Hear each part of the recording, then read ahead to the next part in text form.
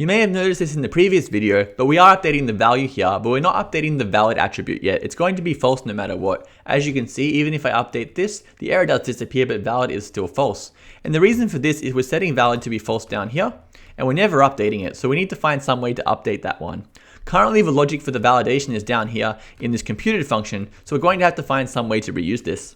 What I've decided to do is just include an extra argument in this payload here, and that's whether it is valid or not. So we're going to say valid and then figure out if it's valid. The way we're going to do this is calling a function called this.validate, and we're going to pass in the value, which is going to be event.target.value. Let's go ahead and define this new function. That one's going to be called validate, and as we said, it's going to take one argument, which is going to be the value. Now we're going to reuse this logic up here, so I'm just going to grab this one and cut and paste it over. And this is going to work just fine. The next thing we're going to do is return this up here, so I'm going to return this.validate and pass in this.value, and that's going to show our error correctly. Finally, now that we have this, all we need to do is call it down here, and at the moment this is going to return a string. What we really want is a true or false value here, and we know that if a string is returned here, it's going to be invalid, so we can use that logic here. So if this is going to have a string, we're going to say that it is invalid, so it's going to be false, otherwise it's going to be true. So we're going to just use this ternary operator to inline check. Now that we have this, it should be working. We're going to head over to here and grab the extra payload value as well. So what I'm going to do here is instead of updating the value, I'm going to update both the value and the validity by saying value is equal to payload.value, and that should be spelled value. And we're also going to say valid here, which is going to be payload.valid, and that should be spelled valid. And if we've done everything correctly here, this should still be working as it is. Let's go ahead and try it out. Actually, we've missed one thing. What we should be doing here is referring to the value we're passing in as opposed to this.value. And we might talk a little bit about why we do that in just a moment. Anyway, let's go ahead and save this off and see if it's still working. I'm going to head over here, and this is currently invalid rather. And if we type, it's going to become valid is true now. And if we make it too short, it's now going to be valid is false. So this is working correctly. Now that we have this, we have all the logic we need to disable or enable the button when the inputs are invalid. So let's go ahead and do that.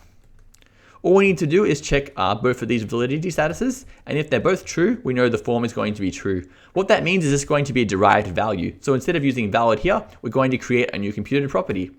Let's go ahead and do that. So we are going to create another computed property, and as we said, computed properties are just functions that have no arguments. And we're going to call this one valid, and we're just going to return true if both the username and the password are valid. So I'm going to say return this.username.value and this.password.value. And if everything goes according to plan, this is actually going to be working now. The last thing I'm going to do is remove both of these string interpolations because we don't need these anymore. And you can see we're using the valid computed value right here. Let's save it off and see how it's going. So currently both of these are invalid and this button is muted out. Let's go ahead and enter some data to make this valid. I'll put a password in as well. And that actually became valid a lot earlier than I expected. It should still be invalid, and that means we have a bug. Let's go ahead and see what's going on there. I'm going to head over to my input and see if we can find what the bug might be. So both of these look good to me. I'm not too sure what we've messed up. Possibly this is incorrect. So this is valid if it's false or if it's true.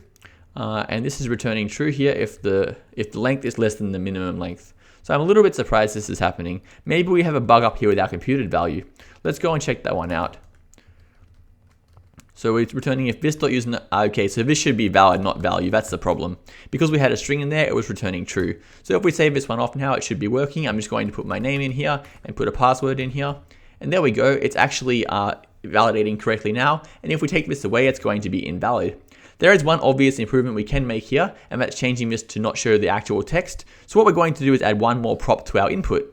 And we're going to do that by just binding up here. So we're going to say type and just pass in text for the username, and then we're going to have the type as password for the password. Let's head over to the my input component and fix that one up. We're going to have one extra prop up here, and that one's going to be the type, and we're just going to make that a string in here. Finally, we're going to have to bind to this, so I'm going to head up to the template and do the binding up here. We already have the type here. I'm just going to bind to that one, and it's going to bind to a type prop. And if we save this one off now, we're going to see the password is now not showing, which is exactly what you would expect, and everything is working as it should be.